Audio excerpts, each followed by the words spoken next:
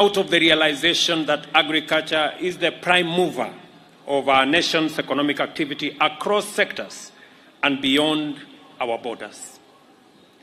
It is therefore critical that we use opportunities such as this to engage a broader regional, continental, and global audience.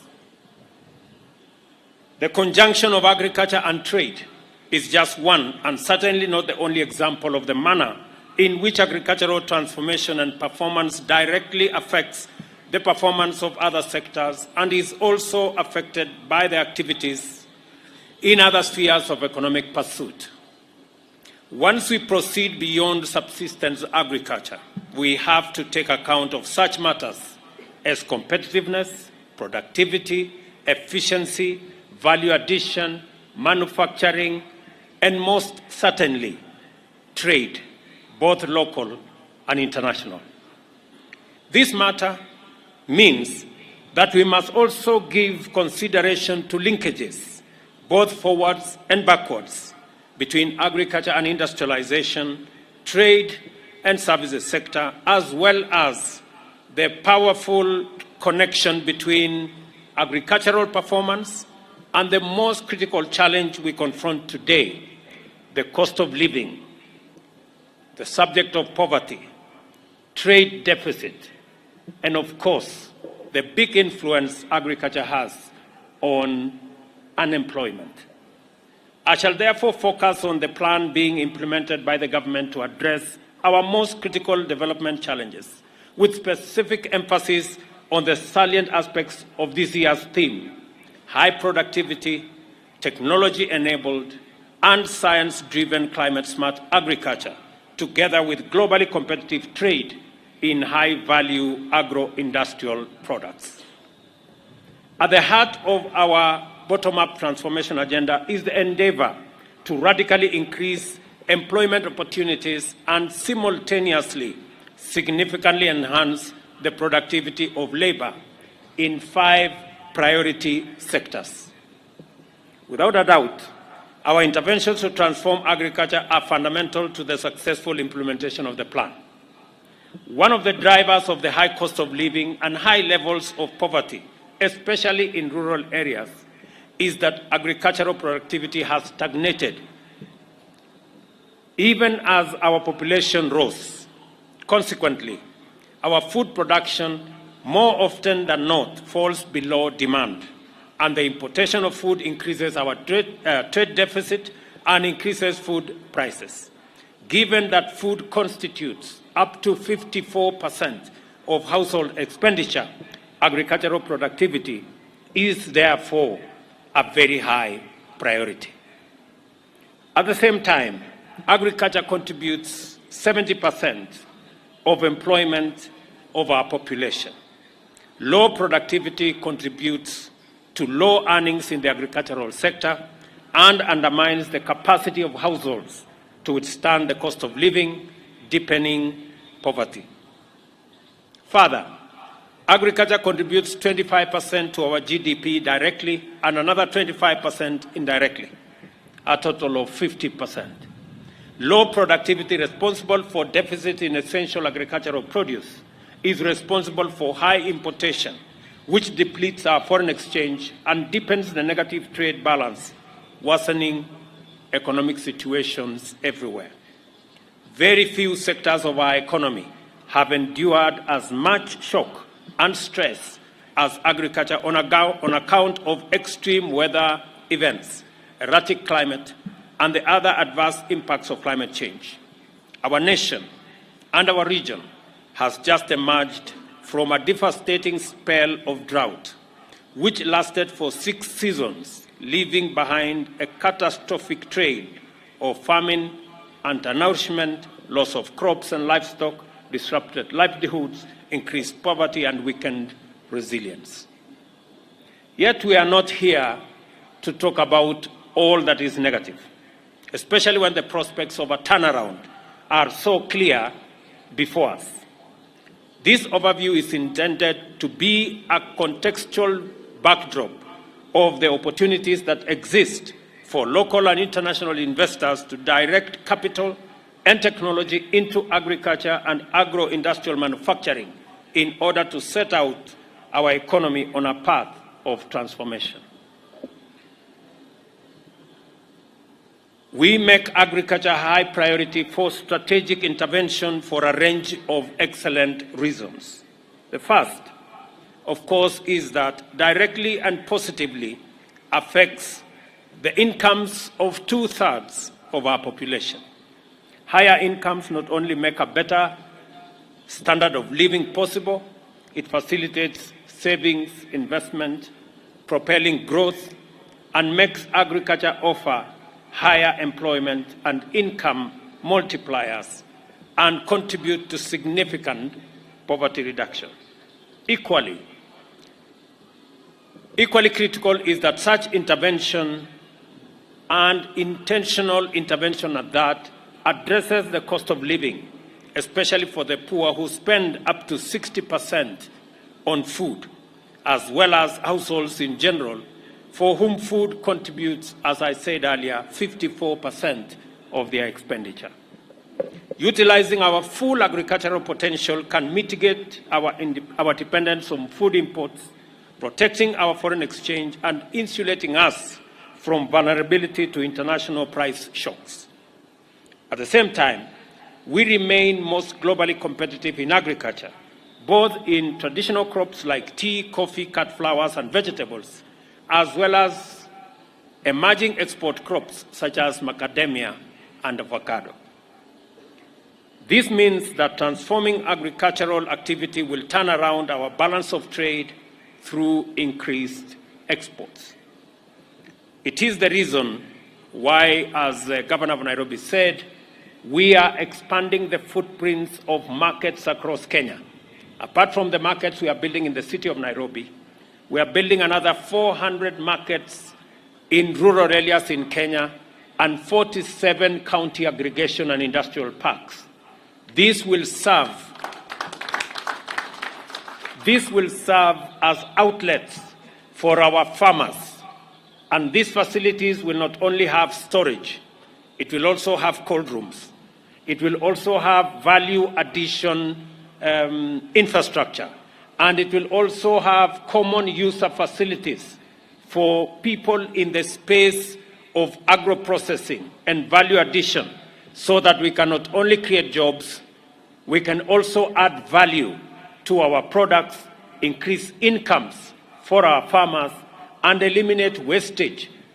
Because when we provide storage and cold rooms, we eliminate post-harvest losses that come as a result of wastage that accompanies infrastructure that is not sufficient for our farmers to use to protect themselves from unnecessary losses. Kenyan manufacturing remains largely defined by agriculture. 40% of manufacturing jobs are in the agro-based industries, which account for over half of the sector and 48% of GDP. Value addition remains the most viable means of enhancing the competitiveness of our agricultural exports. We are collaborating with the county governments to establish, as I have said, a county aggregation and industrial park in every county.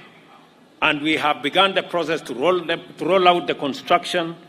It is my instruction that these county aggregation and industrial parks should be finished within the next 9 months and make them ready to serve farmers across the country. Our bottom-up economic transformation agenda aims to transform 2 million farmers from food deficit to surplus producers and reduce our dependence on basic food imports like domestic oil crops, wheat and rice by 30% through the provision of financing for inputs accompanied by intensive agricultural extension support. Fertilizer alone contributes up to 30% of crop productivity. Since assuming office, we have taken decisive steps to reduce the price of fertilizer through the fertilizer subsidy program, from Kenya shillings 6,500 per 50 kilogram bag to 3,500, then further to 2,500. As a consequence, 4 million 50-kilogram bag of soil and crop-specific fertilizer has been distributed so far, with 2 million 50-kilogram bags expected to be distributed for the short rains between now and December, and a further 6 million bags during the season of 2024.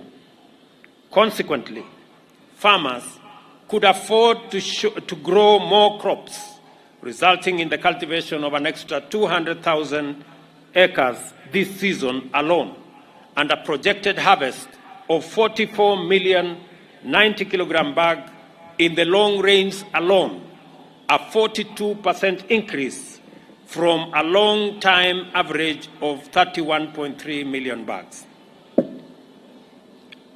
To turn agricultural production around to an accelerated growth trajectory, we have also made adequate provision to raise productivity in key food and other value chains, including edible oils, rice, cotton, dairy, beef, and leather, to boost tea sector and reform underperforming and collapse export crop value chains that have challenges like coffee, cashew nut, pyrethrum, and new crops, avocado and macadamia.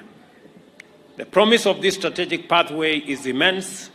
For instance, by investing in the cultivation of palm oil, sunflower, canola, and soybeans, we project to increase the annual domestic production of edible oils from 80,000 metric tons currently to 240,000 metric tons over the next 5 years, thereby reducing our dependency on imports and saving the country almost 100 billion that we spend annually on imports of edible oils. And the ministry has undertaken, the Ministry of Agriculture that is, that they will deliberately make seeds available, whether it is for sunflower, canola, soya. We are going to make sure that these seeds are affordable and they are available. We are also discussing with CALRO and the other research institutes so that we can also have wheat varieties that are researched appropriately so that we can enhance our production in the wheat varieties that we have. Similarly, the expansion of our rice production schemes in Ahero and Mwea, as well as the establishment of new ones in Tana River and in Migori, can make the country self-sufficient, saving us another 34 billion in imports. On the other hand, accelerated investment in cotton value chain will reduce our fabric importation by at least 50% and take Kenya's textile exports to 150 billion by 2027. I am happy to note that there is already a running program on importation of high-quality seed of cotton that will be made available to farmers. And I am happy that counties are working with us on this aspect of ensuring that cotton becomes the white gold that we always knew it to be. I want to encourage the county governments that are working with us to work with the Ministry of Agriculture as we deliver cotton seed for them to engage in the growing. I want to ask them to work with farmers so that farmers can have access to extension services. Tea is the direct and indirect employer of 6.5 million people, or 13% of our population, including 750,000 farmers in 19 counties. Over the past year, the government has invested 4.4 billion in fertilizer price subsidy for our tea farmers, converting and covering the catchment area of all 54 smallholder factories. The subsidy resulted in a reduction of fertilizer prices from about 5,600 to 3,500, and I have made a commitment to all our tea, coffee, and all farmers in Kenya, including sugar, that we are going to reduce all varieties of fertilizer that are used by all farmers to 2,500 going forward. We have also developed a proposal to establish a framework to provide incentives for investment in local value addition of tea. Keteba, which processes smallholder tea, participated in the inaugural export of the economic community of West Africa states under the EAC and EFTA program. Under the coffee revitalization program, 72 factories are earmarked for upgrading. Additionally, farmers are to be provided with seedlings and fertilizer at subsidized prices. The aim is to increase productivity from 2 kilograms per tree to 10 kilograms and raise production from 50,000 metric tons to 102 metric tons per annum by 2027. I want to assure coffee farmers that the government of Kenya will work with all stakeholders to ensure that wastage, inefficiency, corruption, and other malpractices are eliminated. Farmers must get a good return for their crop. I want to assure all farmers, let me be specific about coffee. I know at the moment there are challenges in the coffee sector. I have taken a keen interest.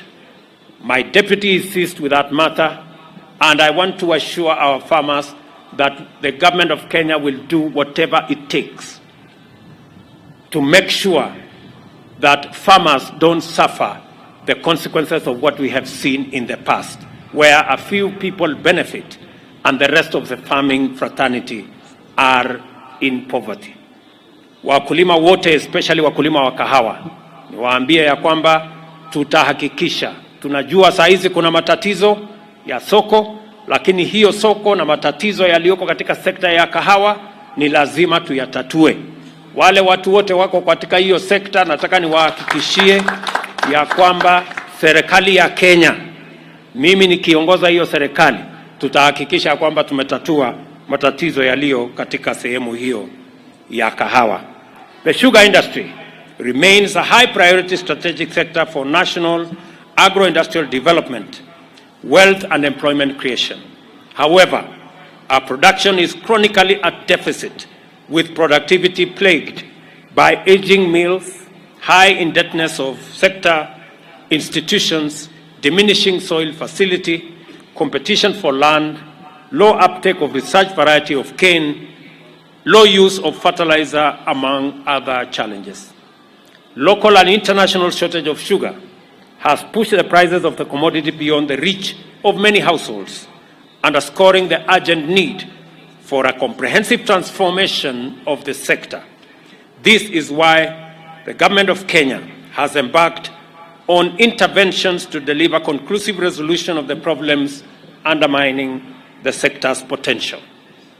To begin with, the Cabinet has approved the write-off of Kenya shillings 117 billion of debt owed to state-owned sugar mills and companies in preparation for the leasing of the mills to private investors. The aim of the intervention is to inject competitiveness to the sector and ensure that at the expiry of the leases, the land reverts back to communities under a cooperative model. We have also been not afraid,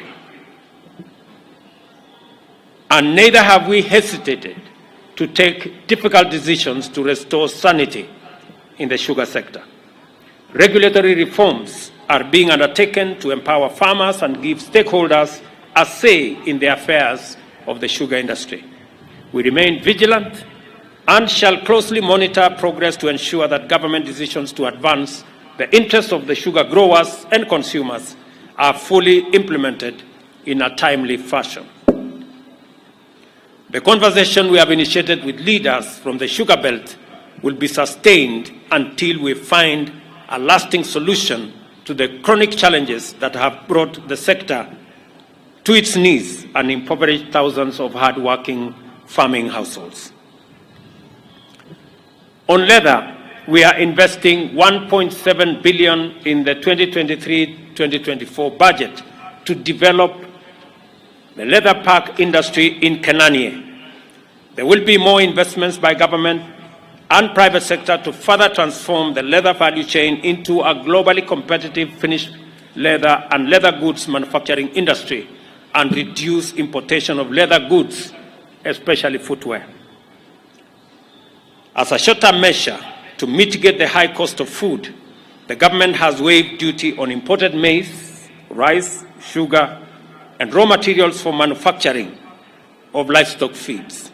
Specifically, in this year's budget, we have waived duty on yellow maize for animal feed production.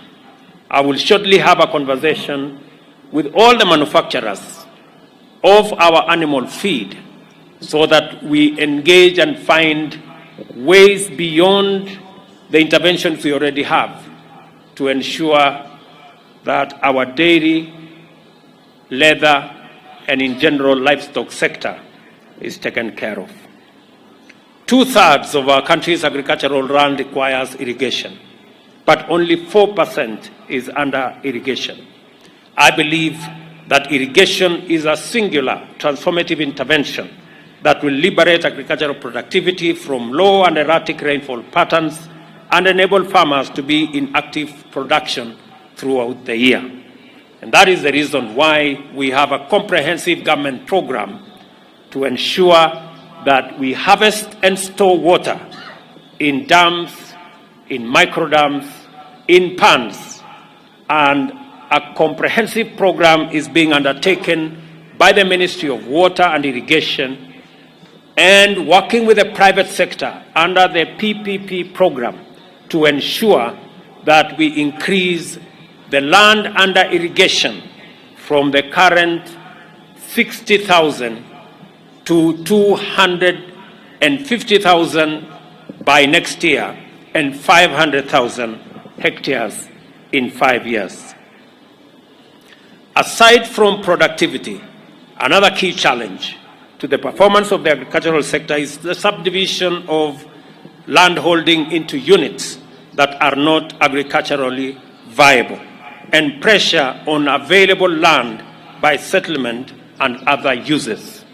And it is the reason why our affordable housing program, which is currently underway, is partly a solution to reversing the land fragmentation that is going on so that we can use other alternatives of settlement in our affordable housing program and release land that currently is being used for settlement for agricultural productivity in our land consolidation program. This will go a long way in ensuring that we deliver on our commitment on increasing food production and enhancing food security in our country. We are intentional about actualizing our vision for agricultural transformation through increased productivity and determined to prosecute a direct line of attack against the high cost of living, poverty, and unemployment. We have embarked on the focused execution of the plan to enhance productivity in several agricultural value chains to promote self-sufficiency and also export competitiveness. We expect the fruits of this intervention to begin accruing shortly, and in the maize, especially in the maize harvesting season, through sustained affordability of stable and other food commodities. In all our interventions in supporting production, we have chosen the prudent and promising option to subsidize production. We have chosen to take the side of farmers, Kenya's foremost hustlers, and the people at the bottom of the economic pyramid. We have embraced bottom-up transformation of the foundational sector, that is agriculture, in order to ignite the engine of our national development. And in doing so, we have intervened to bring all the variables within our reach, affecting the cost of living under control through strategic investment in critical value chains. This leaves us with a separate undertaking of managing the variables beyond our control, which are subject to global market and supply chain dynamics. I wish to emphasize that for the benefit of the local and international investors, that all the strategic interventions in various sectors and value chains represent attractive investment opportunities that will generously reward smart capital, especially capital that concerns itself with appropriate technology and innovation. You are encouraged to get in touch with the Ministries of Agriculture and Livestock Development, Water and Irrigation, and Industrialization, Trade and Investment for further details regarding the various investment opportunities. Regardless of sector or value chain, any discussion of climate-smart agriculture or trade initiatives or bottom-up agricultural transformation is a discussion of opportunities for investment. I commend the Agricultural Show of Kenya and its affiliates and partners for once again putting together another edition of the Nairobi International Trade Fair that meets the highest standard. And I am encouraged by the many Kenyans, the thousands of Kenyans that I have come across as I went around this showground. Congratulations to the organizers, my very best wishes to ASK, and we look forward to working with you going into the future. Asanteni sana na nataka niwashukuru wakulima wote. Vile nimesema hapa, kilimo ni muhimu kwa sababu inatusaidia kupunguza gharama ya maisha kwa kuhakikisha kwamba tunazalisha chakula ya kutosha. Kilimo ni muhimu kwa sababu inatupatia raw material ya viwanda zetu zote. 40% ya raw materials ya viwanda zetu zote zinatoka kwa kilimo. Kilimo inatusaidia katika kupanua nafasi za ajira katika taifa letu la Kenya, na kilimo pia inatusaidia kuondoa umaskini katika taifa letu la Kenya. Na ndio sababu tumetia mkazo mkubwa na tumeweka maanani sana mpango yetu ya kilimo na kusaidiana na wakulima ili tuongeze mapato ya wakulima, tuongeze nafasi ya ajira na tuongeze nafasi ya kupanua viwanda zetu kutumia kilimo na bidhaa zinazotoka katika kilimo. Let me also take this opportunity to say we are truly happy. Ni jambo ambalo alihusika ni na mambo ya hapa show, lakini nimepatiwa habari ya kwamba Kenya ikiungana na Uganda na Tanzania tumefaulu kuwa hosts wa AFCON in 2027. Nataka nipongeze wizara yetu ambayo inasimamia michezo na washikadau wote katika sekta hiyo kwamba ile mpango tumekuwa nayo